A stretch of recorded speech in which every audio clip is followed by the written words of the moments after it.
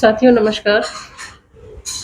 आज मैं आपको ओबेसिटी या मोटापे का एक्यूप्रेशर ट्रीटमेंट बताऊंगी।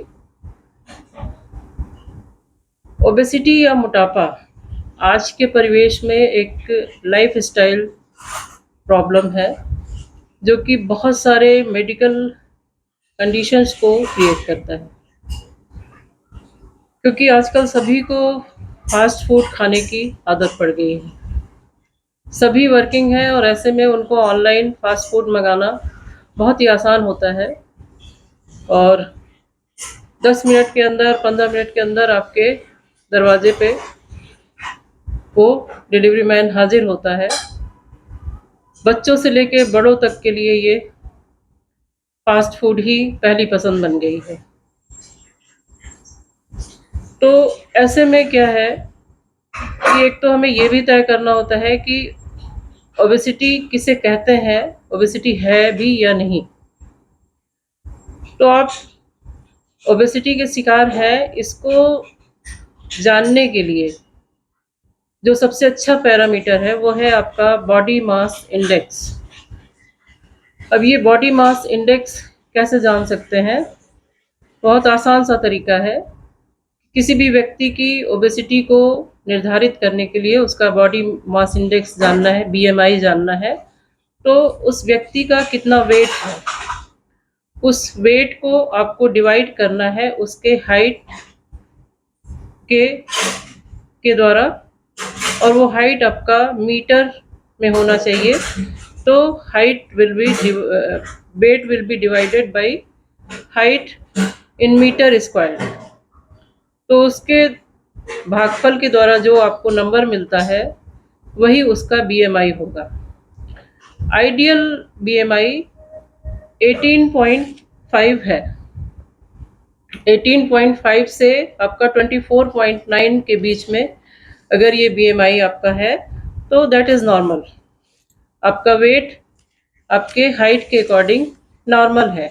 लेकिन यही अगर 24.9 से बढ़ के 25 से 29-30 के बीच में है तो ये आपका ओवरवेट हो जा रहा है, यानी वहाँ पे आपका वेट जो नॉर्मल होना चाहिए वो उससे ज़्यादा बढ़ गया है। और यदि यह 30 पॉइंट से 34.9 है तो आप जो है ओबेसिटी क्लास 1 में आ जाते हैं। और इसमें अगर आप और थोड़ा सा इंक्रीज हो जाता है, अर्थात 35 से 39.9 है तो आप ओबेसिटी क्लास 2 के अंतर्गत आते हैं। और अगर आपका 40 के अबव है तो ये आपका क्लास 3 है। अब ये ओबेसिटी के कारण बहुत सारे मेडिकल कंडीशंस जो आते हैं उनमें आपका हार्ट प्रॉब्लम बहुत कॉमन हो जाता है, क्योंकि करोनरी आर्टरीज के ब्लॉकेज होने की संभावना होती है। तो कार्डियोवैस्कुलर प्रॉब्लम बहुतायत में देखने को मिलता है। अभी क्या है, ओबेसिटी एपिडेमिक हो गया एक तरीके से। बच्चों में भी ये ओबेसिटी देखने को मिलती है। तो एक्चुअली फैट हमारे लिए अनिवार्य भी है, लेकिन फैट का एक्स्ट्रा होना प्रॉब्लम क्रिएट करता है, क्योंकि एक्स्ट्रा फैट आपकी बॉडी में जमा होता जाता है और यही आपको धीरे धीरे ओबीज बनाता है। तो इसका ट्रीटमेंट हम कर सकते हैं एक्यूप्रेशर द्वारा, और इसके लिए आपको कुछ पॉइंट्स जो लगाने हैं वो है, एक तो आपको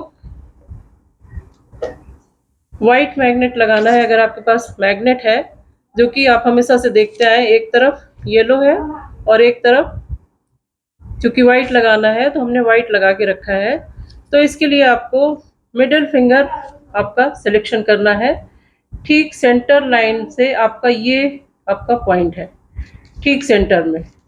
यहाँ पे आपको एक वाइट मैग्नेट लगा देना है इस तरीके से, ये। और इसी पर अगर आपके पास मैग्नेट नहीं है तो एक सिंगल मेथी दाना लगा दीजिए। ये दोनों हाथों में आप लगाइए। इस मिडिल फिंगर में भी सेम लोकेशन में जाइए, एक वाइट मैग्नेट आपको ऊपर दिखना चाहिए, वो लगा दीजिए 10 से 12 घंटे के लिए। अदरवाइज मेथी इजीली आपको मिल जाता है घरों में, वो एक सिंगल मेथी दाना लगा दीजिए और उसके साथ ही दोनों स्मॉल फिंगर के मिडल जॉइंट पे एक मेथी स्ट्रिप इस तरीके से बनाइए और ये आपका मिड जॉइंट, स्मॉल फिंगर का मिडल जॉइंट पूरा एक रिंग जैसा इस पे आपको बांधना है।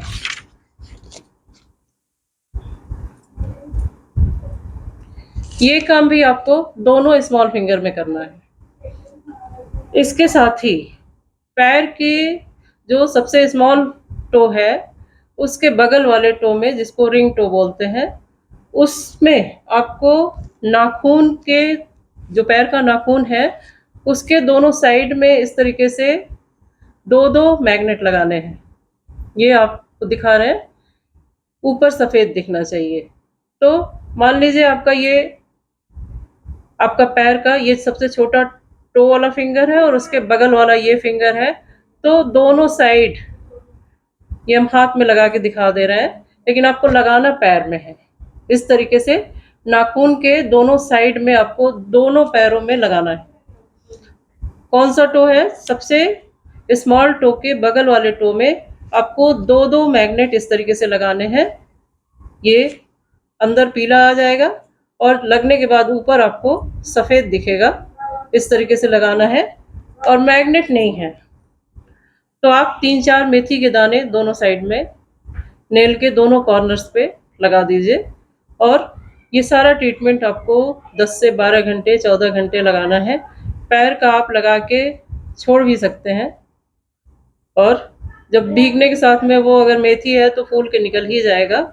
मैग्नेट आप रीयूज करते हैं, वो ख़राब नहीं होता, तो उसको आप निकाल के रखिए और 10 से 12 घंटे 15 घंटे जितना भी आप मैक्सिमम लगा सकते हैं लगाइए।